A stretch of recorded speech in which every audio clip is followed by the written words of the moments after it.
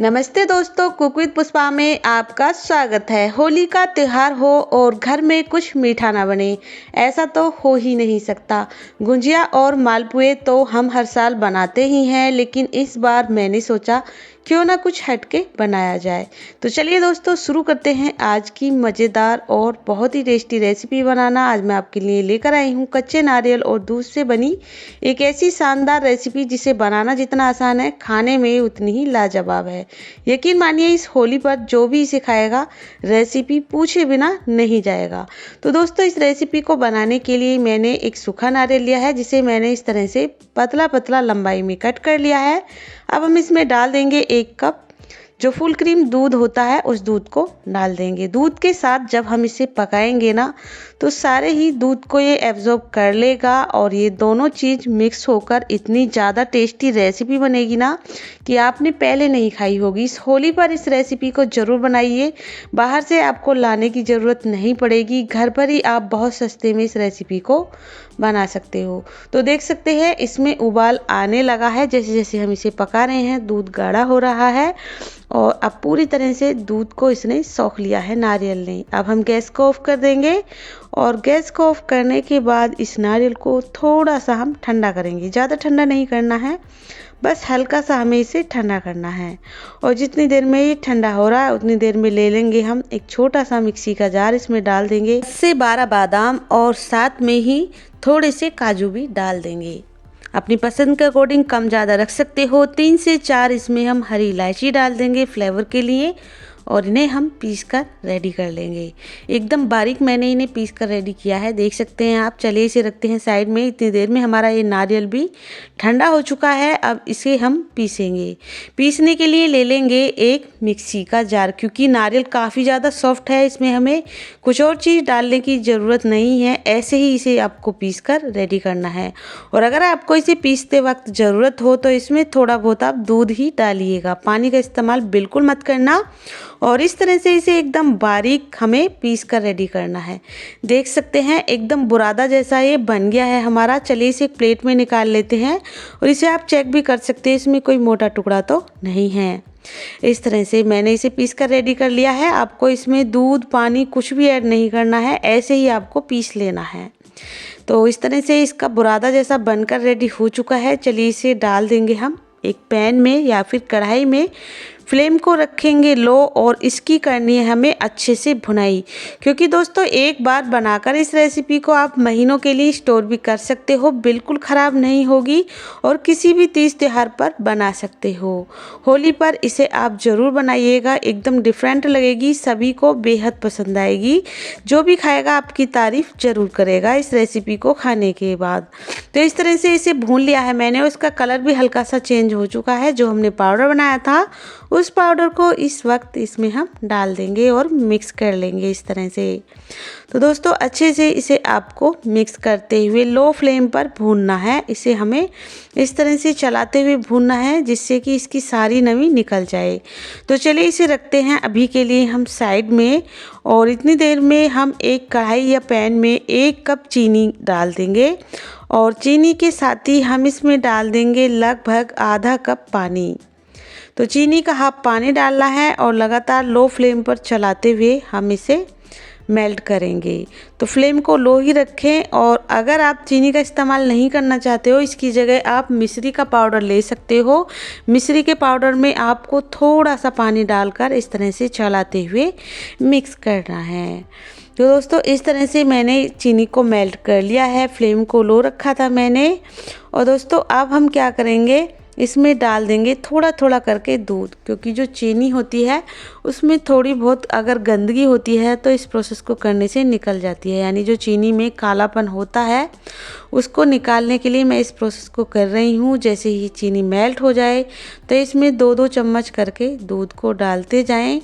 और जो इसके ऊपर आप देख सकते हो झाग जैसे बन रहे हैं, इसका मतलब जो भी चीनी में कालापन है वो ऊपर आ जाएगा और इस तरह से एक प्लेट में आपको निकाल लेना है। अगर आपकी चीनी साफ़ है, बिल्कुल भी उसमें झाग नहीं आ रहे हैं, आपको इस प्रोसेस को करने की ज़रूरत बिल्कुल नहीं है। और अगर आपको चीनी में थोड़ा भी मैल दिखाई दे, गंदगी, तो इस तरह से आपको थोड़ा थोड़ा दूध डालकर उसको साफ़ कर लेना है। देख सकते हैं पहले से कितनी ज़्यादा ये साफ़ हो चुकी है, चीनी में बिल्कुल गंदगी नहीं है। अब इसे चेक करेंगे तो इसमें एक तार जैसा दिखने लगा है, देख सकते हैं आप। तो हमें इसी तरह की ये चाशनी चाहिए, ज़्यादा आपको तार वार नहीं बनाना इसमें, बस हल्का सा चिपचिपापन आ जाए। तो इस स्टेज पर फ्लेम को कर दें लो और जो हमने पाउडर को भून कर रखा था उसे गरम गरम इस चीनी में हम डाल देंगे। इससे हमारी रेसिपी महीनों तक ख़राब नहीं होगी, जिस प्रोसेस से मैं आपको बता रही हूँ। सारे ही नारियल को मैंने अच्छे से भून कर लिया है और इस चाशनी में डालने के बाद अच्छे से चलाते हुए लगातार मिक्स करेंगे। तो दोस्तों, अगर आपके भी घर में सूखा हुआ नारियल पड़ा हुआ है और होली का त्यौहार है या फिर किसी भी त्यौहार पर आप इस रेसिपी को एंजॉय कर सकते हो, बना सकते हो। बनाना बेहद आसान है, कोई भी इसे बना सकता है मिनटों में। इस तरह से आपको दिखाई दे ही रहा होगा कि हमने इसे डालने के बाद अच्छे से मिक्स कर लिया है। और अब हम क्या करेंगे, लो फ्लेम पर इसे चलाते हुए लगातार पकाएंगे। इस तरह से चलाते जाएं और इसे आपको पकाते जाना है। बीच बीच में फ्लेम को मीडियम टू लो रखना है और लगातार हमें इसे चलाते जाना है। तो लगभग 3 से 4 मिनट हो गए हैं मुझे इसे पकाते हुए। इस स्टेज पर इसमें हम डाल देंगे 2 चम्मच भुनी हुई सूजी, जिससे जो हमारी रेसिपी है एकदम कुरकुरी बनेगी, टेस्टी बनेगी, यानी हल्का सा क्रंची बनेगी। तो इस तरह से मैंने इसमें सूजी का इस्तेमाल किया है। आप चाहें तो सूजी को स्किप कर सकते हैं, सिर्फ आप इसे सूखे नारियल से बना सकते हैं। और सूजी डालने के बाद अच्छे से चलाते हुए मिक्स करेंगे, जिससे कि जो सूजी है वो फूल जाएगी। अभी काफ़ी गीलापन है हमारे मिक्स में, तो इससे जो सूजी है वो भी फूल जाएगी, क्योंकि सूजी जो है काफ़ी बाद में फूलती है। तो इसलिए पहले ही डाल दें जब ये मिक्स हमारा थोड़ा सा गीला हो। और देख सकते हैं आप, कढ़ाई को ये छोड़ने लगा है। इस तरह से लगातार हमें चलाते जाना है। इस रेसिपी को बनाने के लिए हमें ना मावे का इस्तेमाल किया है हमने इसमें, और ना ही मिल्क पाउडर का। सिर्फ और सिर्फ कच्चे सूखे नारियल से हमने इसे बनाकर तैयार किया है। और देख सकते हैं पूरी तरह से इसने कढ़ाई को छोड़ दिया है, एकदम डो फॉर्म में मिक्स हमारा आ गया है। इस तरह से चेक करके देखें तो हाथ में चिपक भी नहीं रहा है। इसका मतलब है कंसिस्टेंसी एकदम परफेक्ट है, बिल्कुल रेडी है ये सेट होने के लिए। तो दोस्तों, आप चाहें तो इससे पेड़े बना सकते हैं होली स्पेशल, या फिर इसकी आप बर्फ़ी बना सकते हैं मेरे तरीके से। इस तरह से किसी भी एक बॉक्स में, ट्रे में कोई बटर पेपर लगा लें या ऐसे ही इसमें घी लगा लें। मैंने ये एक बॉक्स ले लिया मिठाई का बचा हुआ, और इसमें हम हल्का सा घी लगाएंगे क्योंकि इसमें पेपर पहले से ही लगा हुआ है। और सारे ही मिक्स को इसमें अच्छे से हमें सेट कर लेना है। थोड़ा सा पतला पतला फैलाएंगे इसको हम, और क्योंकि अभी ना ही ज़्यादा गर्मी है और ना ही ज़्यादा सर्दी है, तो ये ऐसे ही ठंडा हो जाएगा। और अगर आपको फिर भी ज़्यादा जल्दी है तो फ़ैन के नीचे रख दें इसे, 2-3 मिनट में ही ये रेडी हो जाएगा कट करने के लिए। बिल्कुल वक्त नहीं लगता इसे सेट होने में। और चलिए, अब ये ठंडा हो चुका है, हम इसे कट कर लेते हैं। पहले से ये थोड़ा सा ठंडा हुआ है और अभी हम इसे और भी ठंडा करेंगे। पहले हम इसमें इस तरह से कट के निशान बना लेंगे ना, तो बाद में आसान रहेगा इसे कट करना। तो अभी मैंने इसमें थोड़े बड़े साइज के ये इस तरह से कट लगा दिए हैं, बाद में हम इन्हें छोटा कर लेंगे। और चलिए, अब हम इसे थोड़ी देर के लिए और ठंडा होने देते हैं। मैंने फ़ैन के नीचे रख दिया और ये थोड़ी ही देर में ठंडा हो गया है। और चलिए, इसे उल्टा करके हम इस सारे ही पीस को बाहर निकाल लेते हैं। ये लीजिए, अब हमें क्या करना है, इतने बड़े पीस तो कोई खा नहीं पाएगा, इसके छोटे छोटे पीस आपको बनाकर रेडी करने हैं। और आप चाहें तो इससे छोटे छोटे पेड़े, लड्डू बना सकते हैं, या फिर छोटे छोटे स्क्वायर बर्फियाँ भी बना सकते हैं। तो चलिए दोस्तों, इसमें से हम इन बर्फियों को कट कर लेते हैं। देख सकते हैं कितना बढ़िया इसका टेक्सचर आया है। इस तरह से दिखाई देने से ही पता लग रहा है कि हमने इसमें सूखे नारियल का इस्तेमाल किया है।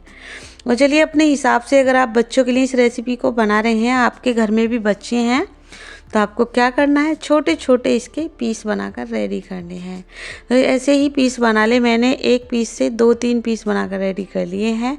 और अगर आप इसे इस वक्त कट करते ना, तो ये कट करने में थोड़ी सी इसकी शेप ख़राब हो सकती थी, इसलिए मैंने पहले ही कट कर लिया। और अब छोटे पीस में मैं इसे कट कर रही हूँ। इस तरह से दोस्तों, इस होली के त्यौहार पर आप भी इस रेसिपी को बना सकते हो। ये हमारी नारियल की बहुत ही टेस्टी घर में बनी हुई मिठाई बनकर रेडी हो चुकी चुकी है और आप चाहें तो इसके और भी छोटे पीस बना सकते हैं। मैंने थोड़े से इन्हें लंबाई में कट करके बड़े करके बनाया है। आप चाहें तो इन एक पीस से 2 पीस बना लें और किसी भी ड्राई फ्रूट से इसे गार्निश करें और सर्व करें मेहमानों को भी। बहुत ही टेस्टी हमारी ये रेसिपी लगती है, दिखने में, खाने में और एकदम सस्ते में बहुत कम वक्त में बन जाती है। और दोस्तों आप इसे 1 महीने 2 महीने के लिए स्टोर कर सकते हो, बिल्कुल ख़राब नहीं होगी। इस तरह से मैं आपको तोड़कर दिखाती हूँ कितनी ज़्यादा सॉफ्ट खस्ता हमारी ये मिठाई बनकर रेडी हो चुकी है। तो दोस्तों इस रेसिपी को आप कहाँ से देख रहे हो मुझे कमेंट करके ज़रूर बताइएगा, जिससे कि मैं आपको थैंक यू बोल सकूं। और रेसिपी थोड़ी सी भी पसंद आए तो प्लीज़ वीडियो को लाइक शेयर ज़रूर कीजिएगा। कुक विद पुष्पा को सब्सक्राइब करना बिल्कुल ना भूलिएगा, इसी तरह की नई नई रेसिपी मेरे चैनल पर देखने के लिए, क्योंकि इसी तरह की रेसिपी मैं अपने चैनल पर अपलोड करती रहती हूँ। तो चलिए दोस्तों मिलते हैं फिर किसी रेसिपी के साथ, तब तक के लिए थैंक यू, बाय बाय।